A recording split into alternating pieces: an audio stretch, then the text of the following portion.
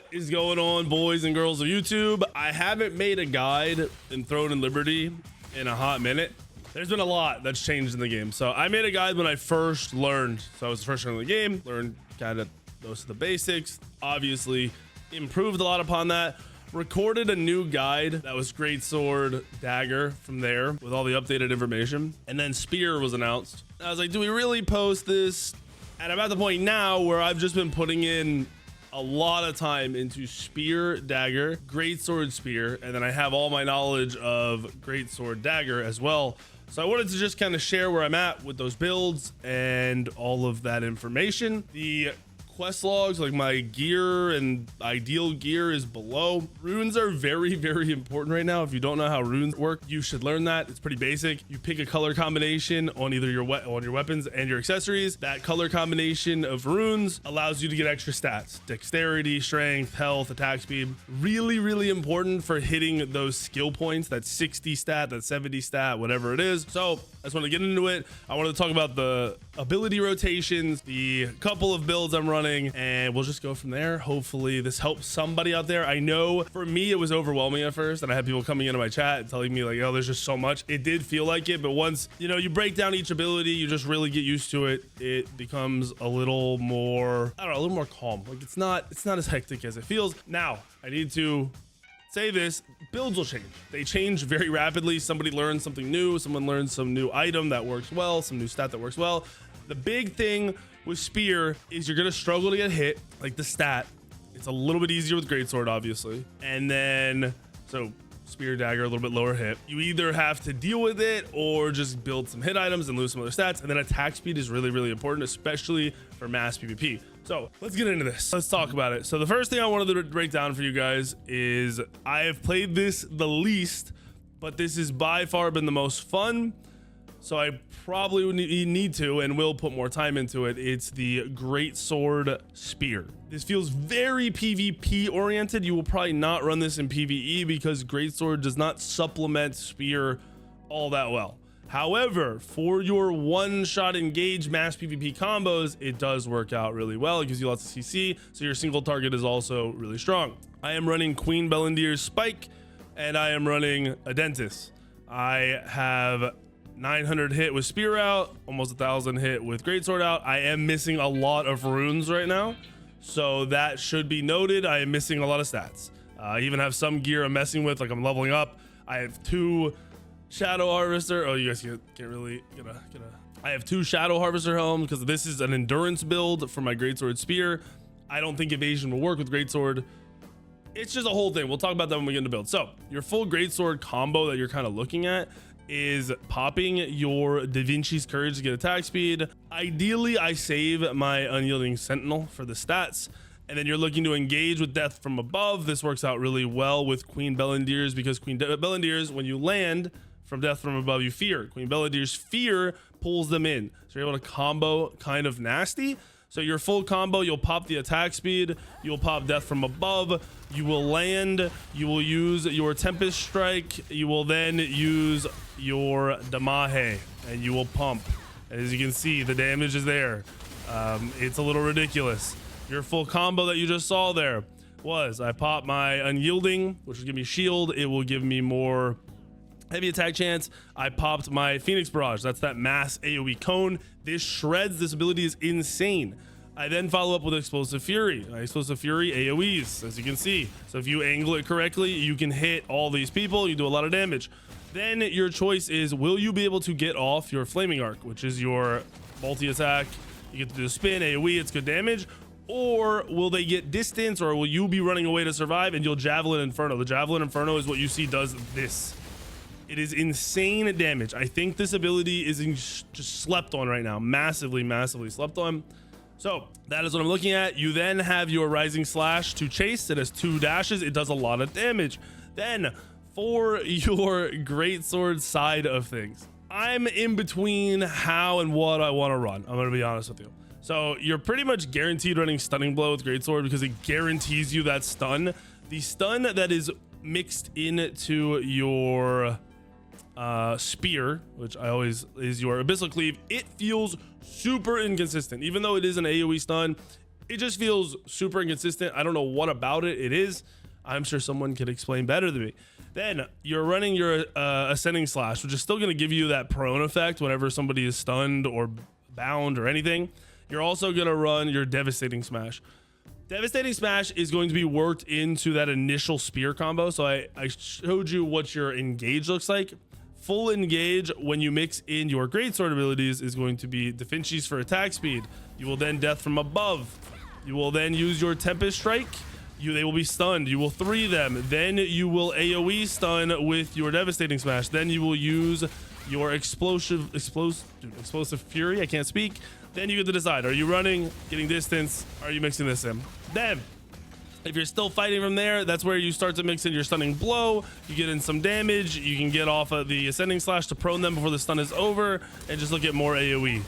And you can see the damage output is ridiculous. You're talking upwards potential of 50, 60, 70k overall damage. Obviously mixed damage probably more in the hundreds, similar to that greatsword AoE spec I would run before. Now that's my greatsword build for PvP. I can cover PvE builds if that makes sense to you guys. Let's talk about our spear build and spear dagger build. So I have a spear PvP build, which is lower, and then I have a spear the spear dagger, obviously. Then I have this one, which is a little higher hits, and I actually plan on running Lucarius in this and mixing these stats up a little bit more than they currently are. I'm running 60 perception. Ideally I'd like to get a little bit higher. This is also with queens. If you are to throw in your shakals, you start to have a lot more hit before even hitting that perception cap. I'm a little just mixing in. I'm playing with this still for gear to hit stat points. For your actual abilities, it's really not all that complicated, in my opinion. You're still running your shadow strike for your movement because this is an evasion build. As you can see in my stats, I am sitting here at very high evasion whenever you use that dash. So 17 to 1600 when you use that dash. Still messing with gear for that. I'm running the AoE ascending cleave. So whenever you ascending cleave, you're going to prone them for 2.5 seconds. That is going to be how you set up landing your Phoenix Barrage. Phoenix Barrage is that big AoE cone. And your damage is just really straightforward, very spammy. You're going to use your Wreak Havoc in this situation to keep people from running, from using their roll dodge, their block, whatever. Or if you hit them while they're doing it, you're stunning them. So this is really good just to stick to your target. So you can hit them with that. Does a little bit of damage to maintain your explosive fury damage, which is very, very high damage. Then you still have the chase potential and the slow coming out of your Javelin Inferno. I like to still run death from above to catch people who are running away. You also still have your dash. This is also a damage mix.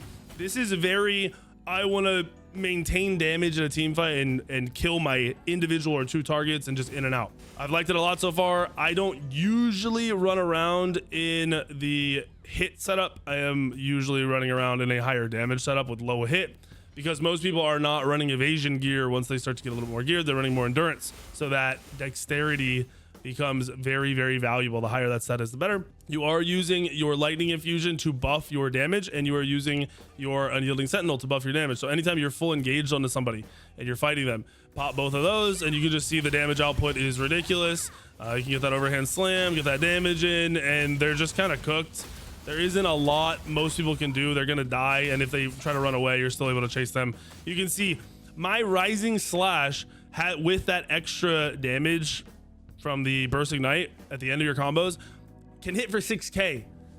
That there's a lot of like, obviously these are practice dummies. They, you know, it's not gonna hit players for 6k. It's gonna hit them for 3 to 4.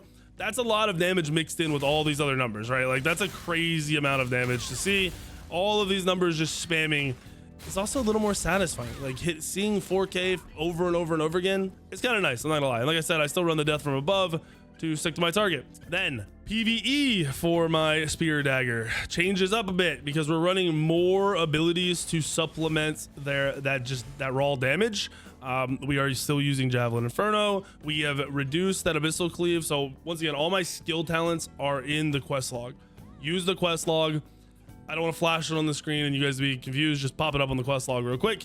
So you got these 3 abilities to buff your damage at this point. So whenever you're engaging, killing a boss, whatever, you're gonna want to pre-pop your blood leech because that's gonna do a little bit of AoE damage. Then you're gonna pop all 3 of your buffs, and you're just kind of go crazy and do your thing. It's not as complicated as people want to make it out to be. You have a ridiculous amount of damage. It is very clear that spear pumps. I've seen a lot of arguments. People are unsure how good spear pumps for PvE. You're gonna have mana issues. 100% you are going to go if you are not using mana food. You're not pre-popping it. You're not having a mana regen elixir. You need that stuff up. Obviously, if you have bow players that are giving you the mana from their abilities, a little bit less of an issue, but you will go especially if the people in your group are not pumping. That needs to be said.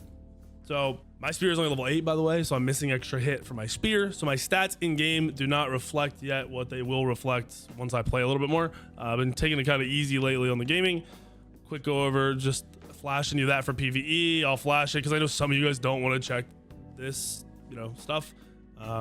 Unyielding right here. At one point, wreak havoc. I have both points taken, just so you guys can see it, since you can't. And yeah, that's a basic quick rundown. Like, that is a very quick, like, flash course. Here's what you're doing. I hope it helps a little bit. The damage is crazy fun. I think I'm gonna end up liking the spear greatsword the most once I have my endurance gear fully built out.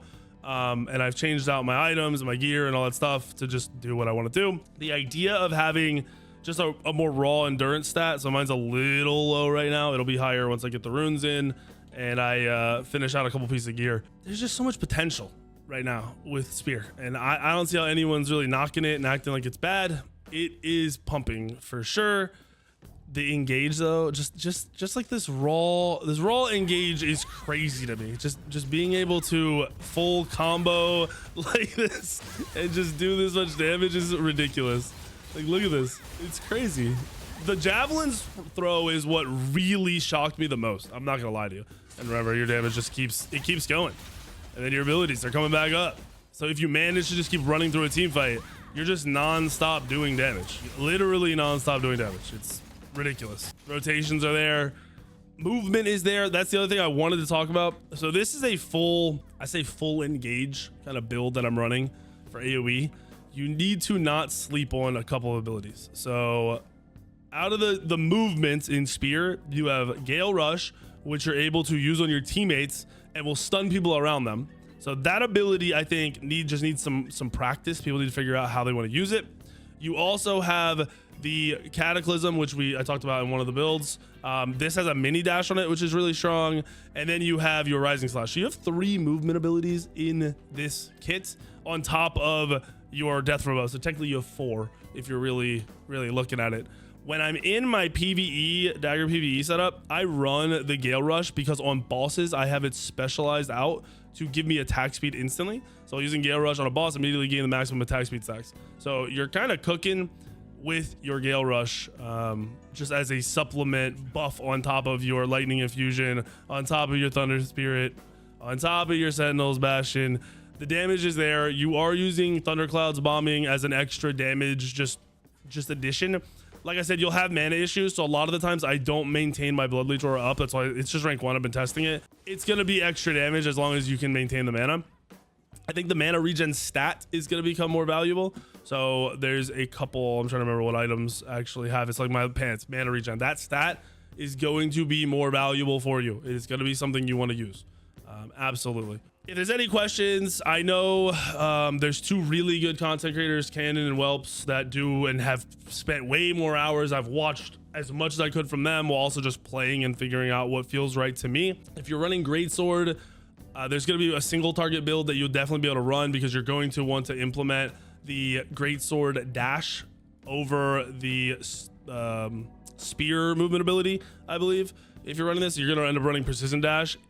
And that's more than likely going to swap out your Tempest Strike. You will literally move in Precision Dash because this will allow you to bind them with the Precision Dash and then prone them with the Ascending Slash. So you get another combo in that kit.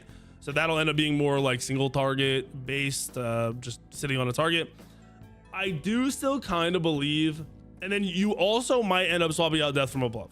I've been thinking about that if I'm not running for mass PvP. It's still a really good ability. It seems kind of buggy in a lot of situations, especially in arena from what I've noticed. So I might end up running a guillotine blade for more burst in that situation, where if my Phoenix barrage is down because I've stunned them and then I get a bind ascending slash, I'm gonna look for that guillotine blade to combo them. So that'll more than likely end up being my single target. Drop questions below, I'll answer what I can.